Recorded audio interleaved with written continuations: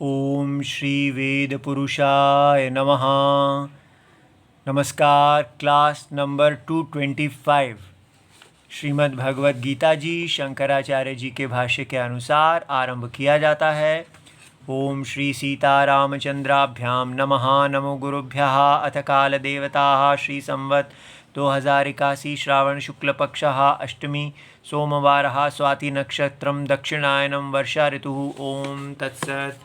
श्री शंकराचार्याय गुरवे नमः। वेदा विनाशिनं नित्यं य एनं अजमव्ययम् कथं स पुरुषः पार्थ कं घातयति हन्तिकम्। Shrimad Bhagavad Gita ji, Gita press Gorakhpur, book number 10, Shankaracharya ji के भाष्य वाली पुस्तक, और ये अध्याय नंबर 2 श्लोक नंबर 21। अच्छा जी, तो क्या चल रहा है यहाँ पर? इसका अर्थ भगवान ने बताया है कि जो व्यक्ति आत्मा को अकर्ता जानता है वो स्वयं अकर्ता ही हो जाता है।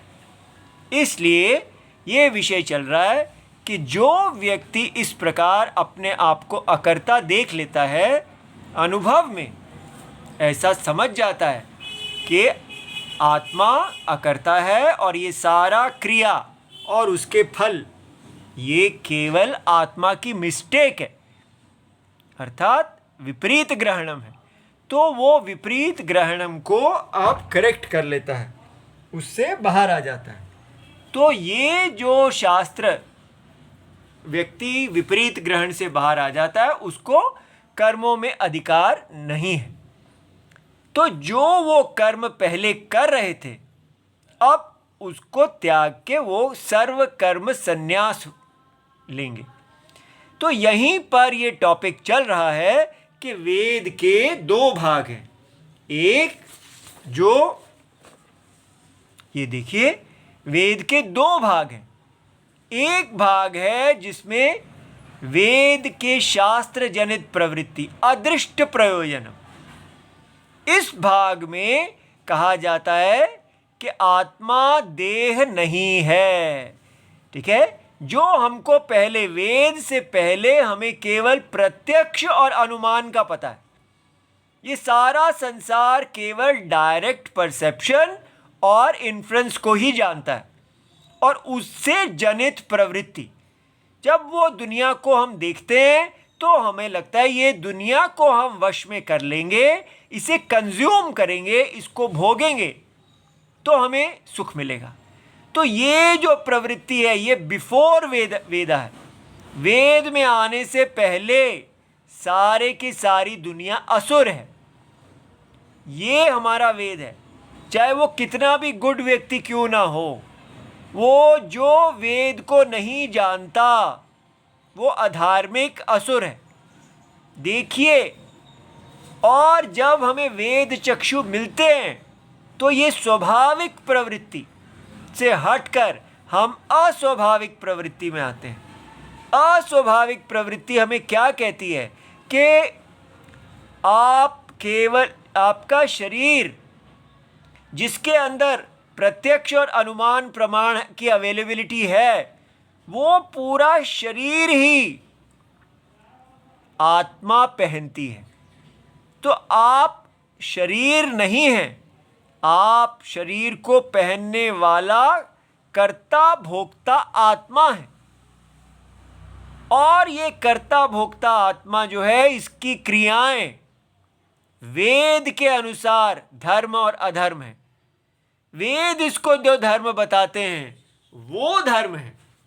ठीक है, इसलिए सबसे पहले हमको एक बिग पिक्चर दी जाती है कि यहां पर आप केवल एक शरीर नहीं है, यहां पर ये आप नहीं देख सकते।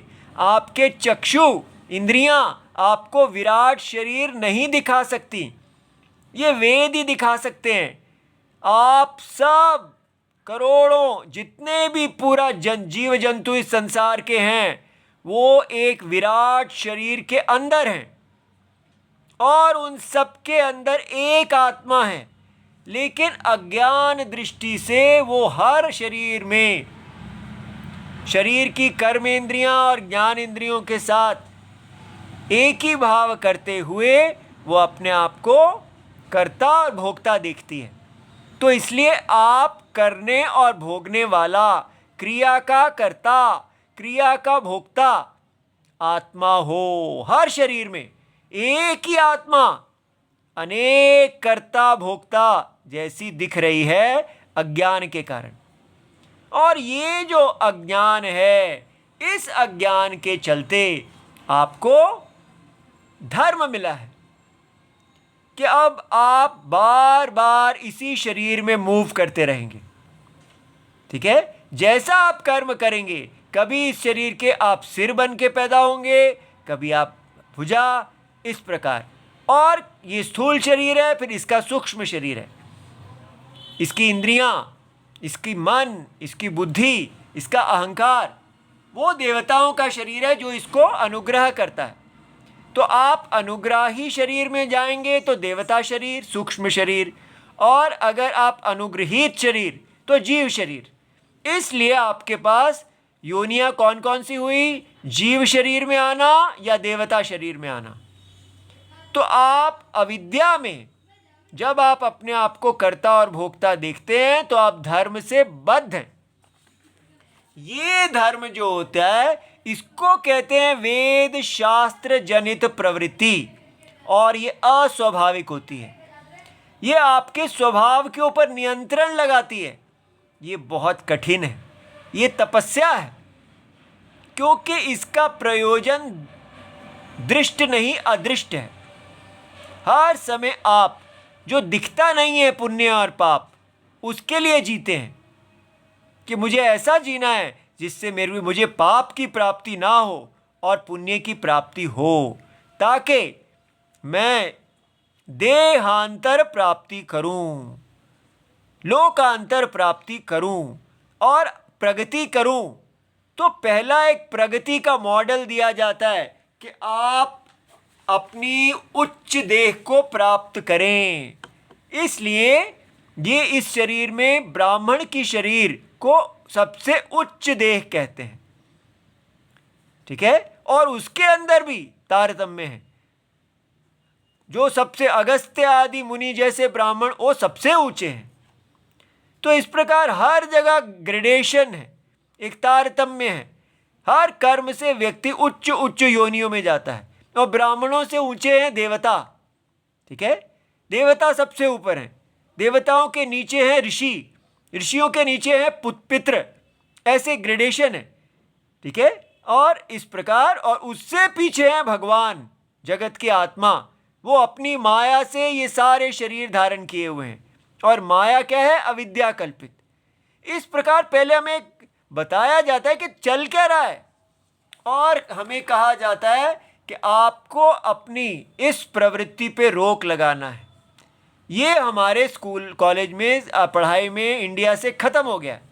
हमारे देश में ये नहीं है। हमें कहा जा रहा है यही सबसे अच्छा है, इसी से जियो।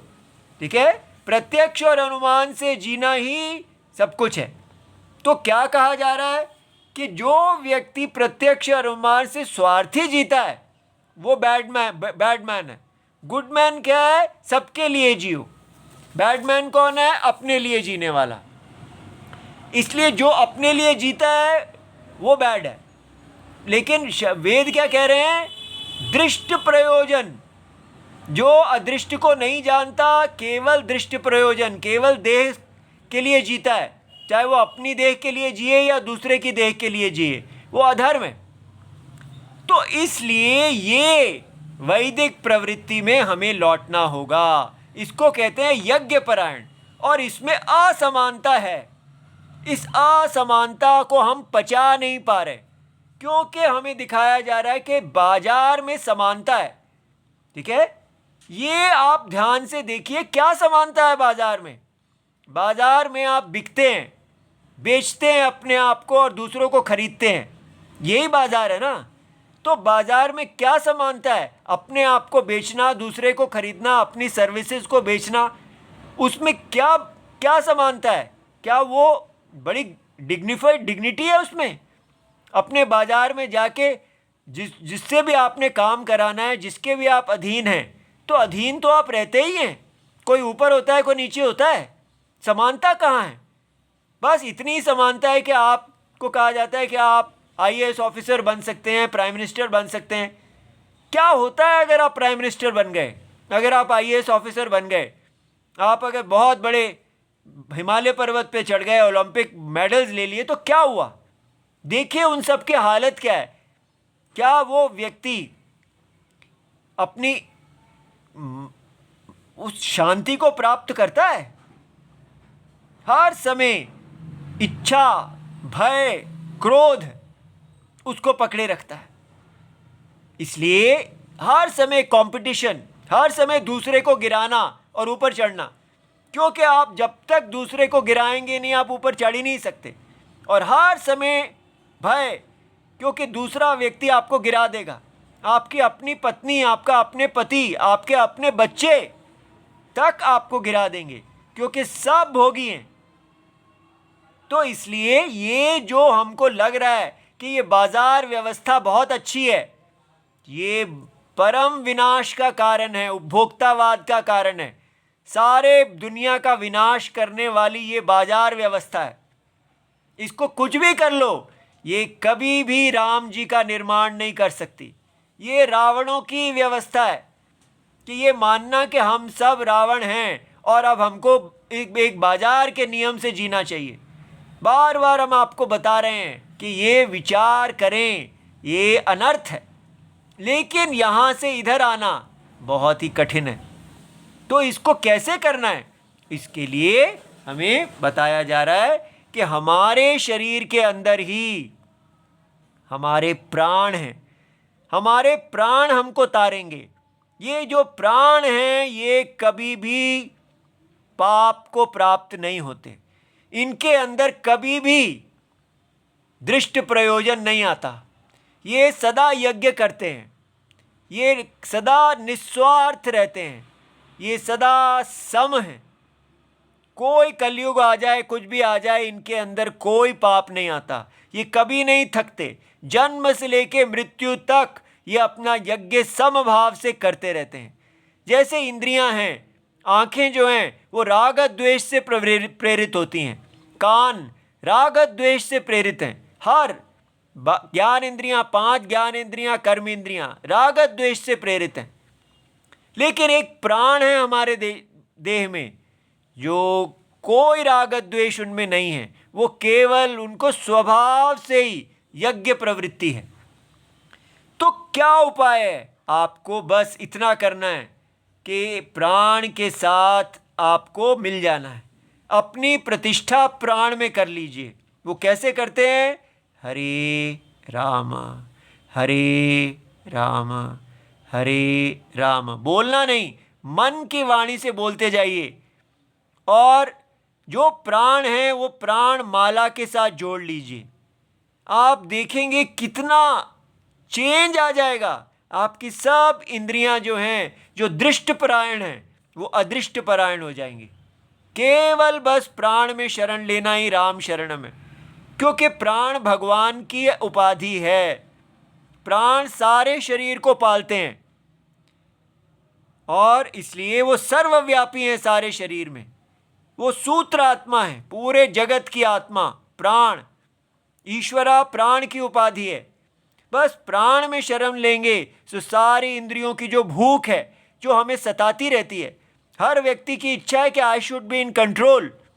लेकिन कंट्रोल क्यों? ताकि मैं बाजार को जीत सकूं? नहीं, कंट्रोल हमें किस लिए चाहिए? ताकि हम शास्त्र के अनुसार जी सकें। एक माता जी कहती हैं कि मैंने भारत के लिए आर्चरी में मेडल प्राप्त किया है। कैसे किया? क्योंकि मैं भगवत गीता पढ़ती हूँ।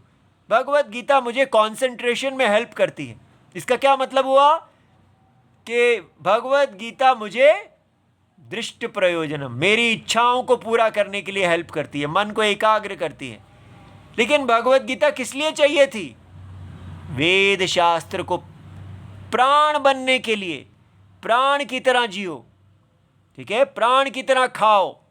जैसे प्राण खाते हैं, वो कभी भी लड्डू जलेबी इत्यादि दे के आपके प्राणों में कभी भी जिह्वा के समान पानी नहीं आता, वो सदा सम रहते हैं। तो प्राण ही हमारी एकमात्र गति है। बस प्राण में शरण ले लो सदा। हरे राम अंदर की वाणी से आप प्राण माला जपना शुरू कर दो तो आप वेद प्रवृत्ति में आ जाएंगे। ठीक है, ये आपको बताना चाहते थे। अब ये देखिए, यहाँ पर क्या कहा गया था कि इन्होंने, पूर्व पक्षी ने ऐसा कहा कि देखिए जी, हम ये नहीं मानते कि किसी को अकर्ता आत्मा का ज्ञान होता है। किसी को अकर्ता आत्मा का ज्ञान होता ही नहीं, इसलिए हमको ये नहीं कहना चाहिए कि सर्वकर्म संन्यास है। सर्वकर्म संन्यास होता ही नहीं है, केवल वेद प्रवृत्ति है। ठीक है, यहाँ पर देखो, ये पुराने ज़माने के लोग क्या कह रहे हैं, हम वेद प्रवृत्ति हम करना ही नहीं चाहते, मॉडर्न भारत इसी में रहना चाहता है। लेकिन पुराने लोग कह रहे हैं ये तो ठीक है, इसको जीत के हम ये करेंगे, ये बहुत अच्छा है, इसको छोड़ने को मत कहो।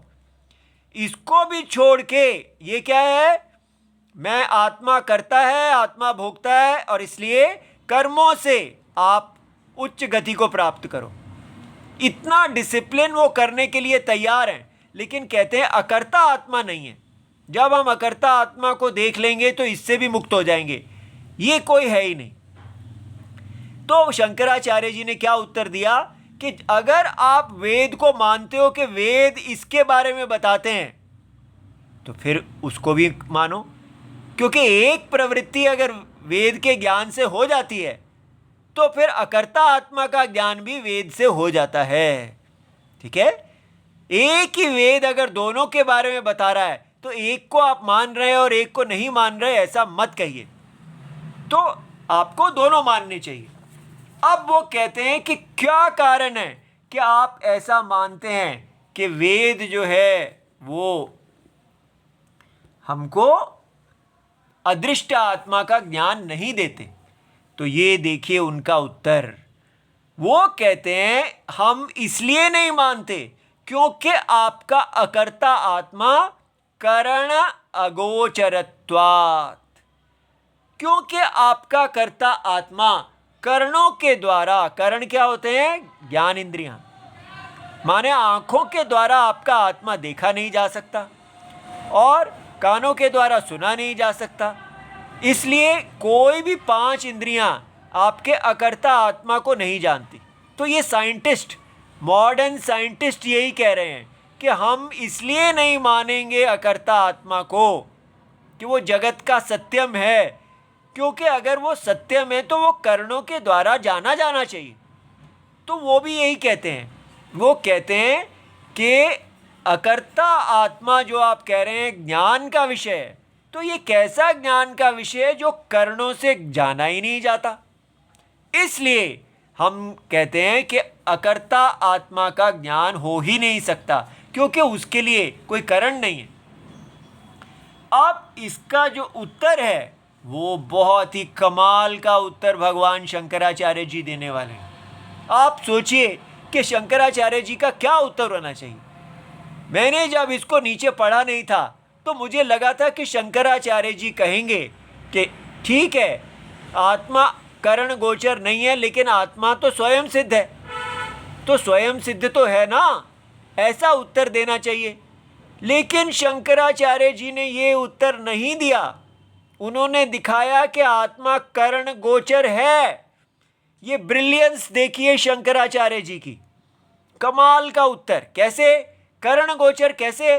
सीधा उनके दोष के ऊपर कहा। आप कहते हैं कि कर्णों से आत्मा नहीं जानी जाती, तो शंकराचार्य जी कहते हैं नहीं जानी जाती है कर्णों से। कैसे?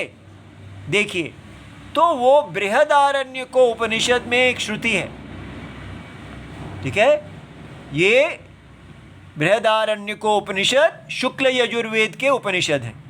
तो इसमें शंकराचार्य जी कहते हैं हम नहीं मानते न कि आत्मा करणों से जानी नहीं जाती। क्यों? क्योंकि बृहदारण्य को उपनिषद कहते हैं मनसा एव अनुद्रष्टव्यम, अर्थात मन के द्वारा उसको वेद को जानने के, वेद को सुनने के बाद उसको मन से देखा जाना चाहिए। तो पहले आप वेद का उपदेश लो और फिर मन के द्वारा आत्मा को देखो। तो इसका मतलब मन को, आपका अंतःकरण, मन माने विचार करने की शक्ति का जो अंतःकरण है, उसके द्वारा आप आत्मा को देखो। इति श्रुते है। तो करण है तो कैसे हम अंतःकरण से तो कैसे देखें उसको? अब ये बहुत इंपॉर्टेंट पॉइंट है, ध्यान से सब लोग सुनिए। शंकराचार्य जी कहते हैं शास्त्र आचार्य उपदेश शम दम आदि संस्कृतम, ठीक है, मन आत्म दर्शने करणम। इसलिए आत्मा के दर्शन में करणम है। क्या आरोप लगाया गया था कि आत्मा करण अगोचर है, किसी भी करण के द्वारा, इंद्रियों के द्वारा, मन के द्वारा, बुद्धि के द्वारा आत्मा नहीं जाना जा सकता। इसलिए हम आत्मा को नहीं मानते, अकर्ता आत्मा को। लेकिन शंकराचार्य जी कहते हैं कि नहीं, आत्मा के दर्शन में करण है। कौन है आत्मा के दर्शन में करण? मन। आत्मा, मन माने अंतःकरण। अंतःकरण के द्वारा आत्मा देखा जा सकता है। आत्म दर्शने, दर्शन में वो करण है। कैसे भाई? क्योंकि मन तो केवल जो है वो बाह्य दृश्य को जानता है, तो दृष्टा को कैसे जानेगा आत्मा, ये मन? देखिए, ये कमाल का उत्तर है। भगवान कहते हैं ये समास को उल्टा देखने से समास का ज्ञान अच्छा होता है। देखो, संस्कृतम मनः, जो मन संस्कृत है अर्थात जिसको शुद्ध किया गया है, ऐसा मन आत्मदर्शन में करणम है। इसका मतलब अशुद्ध मन आत्मदर्शन में करण नहीं है। तो किसके द्वारा संस्कार किया जाता है मन को? मन में क्या संस्कार दिए जाते हैं? संस्कार देना माने जैसे कि सब्जी बनाई, फिर आपने उसमें उसको घी डाल के उसको संस्कृत कर दिया, उसको तड़का लगा दिया, उसमें कुछ ऐसा डाला कि उसमें संस्कार आ गए, ठीक है? उसी प्रकार हमारे पास मन पहले ही था, अब उसको हमने संस्कृत कर दिया, शुद्ध कर दिया। तो वो मन को कैसे शुद्ध किया जाता है? तो वो कहते हैं कि उसके साधन क्या हैं, ये क्रम देखिए। पहले मन है आपको शुद्ध करने के लिए शास्त्र, वेद और उस पर आधारित भगवद गीता आदि। ये शास्त्रों में अकर्ता आत्मा कहा गया है, लेकिन आप सीधा ही उस भगवद गीता को उठा के नहीं पढ़ सकते हैं। तो कैसे पढ़ना होगा? आचार्य, शास्त्र के साथ उसके आचार्य गुरु परंपरा जुड़ी हुई है। उपदेश, आपको शास्त्र का उपदेश आचार्य से प्राप्त होना चाहिए, ठीक है? तो आजकल तो कोई आचार्य मिलते ही नहीं है, इतना दुनिया बाजारू हो गई है, बड़ा मुश्किल है। हाँ, तो ऐसी स्थिति में राम जी को आचार्य बनाइए, बस राम जी हमारे आचार्य हैं। इस प्रकार राम जी को कहना, राम जी आप हमारे शिष्य हैं, हमें नहीं पता किसको हम जाएं, कौन गुरु है, स्वयं राम जी आपको मिलेंगे। और एक रूप में नहीं, अनेक रूप में। जिस मुंह से आपको शास्त्र का उपदेश मिले, अंश थोड़ा सा यहाँ से थोड़ा सा वहाँ से, भगवान तो सहस्राक्ष सहस्रपाद हैं। तो इसलिए, और अंतर से भी क्योंकि प्राण भगवान आपके राम जी हैं, तो गुरु जी अंदर भी हैं, इसलिए अंदर से भी ज्ञान आएगा, बाहर से भी आएगा। कोई घबराने की बात नहीं है, कलयुग आदि से डरने की कोई बात नहीं है। जिसके पास राम जी हैं उसको कोई भय की जरूरत नहीं है, उसको कोई कमी नहीं है। शास्त्र भी उसके पास है, आचार्य भी उसके पास है, उपदेश भी उसके पास है। ठीक है, तो शास्त्र आचार्य उपदेश के द्वारा क्या करना है? शम दम आदि, शम दम आदि संस्कृत मन में शम दम आदि को पैदा करना है। और ये ही सबसे बड़ी बात है। हम जो है सीधा अकर्ता आत्मा भी पढ़ रहे हैं, हमको शम दम आदि का उपदेश नहीं मिला है। ठीक है, कैसे आते हैं शम दम आदि? ये जो हमें कहा गया कि प्राण आत्मा में शरण लीजिए, अपने मन में शम दम आदि को पैदा कीजिए। क्या है ये शम दम आदि? ये देखिए, ये क्लास नंबर 94 में हमने इसको पढ़ा था, तो अब हम इसको फिर से देखते हैं। शम दम आदि साधन संपत्ति, ये साधन अर्थात अकर्ता आत्मा को जानने के लिए ये अगर मन में इसके संस्कार हों तो ये साधन है। तो शम क्या होती है? शम है अंतःकरणस्य उपशमनम, कि आपका अंतःकरण है जो शांत हो जाए। हमारा अंतःकरण कभी शांत होता ही नहीं, वो सदा माया मृगों के पीछे बैठा रहता है। मन में कभी भी शांति नहीं होती। आप देखिए कि ये मॉडर्न लोग, पढ़े लिखे लोग जो हम लोग हैं, कितने दुखी हैं। खाना भी हम नहीं ढंग से खा सकते, हर समय मन जो है इतना पागल करता है कि सो भी नहीं सकते, नींद भी नहीं आती है, इतनी टेंशन, इतना पाप, वो कैसे दूर होगा? ये सारी चीज़ें एक ही उपाय से आ जाएंगी। आप केवल अपने प्राण में स्थित हो जाइए, अपने मन को प्राण में स्थित कर लीजिए। आपको ये समझ तो आ ही रहा है कि प्राण जो हैं वो सबको पोषित करते हैं, प्राण सबसे बड़े हैं, प्राण सबके ईश्वर हैं।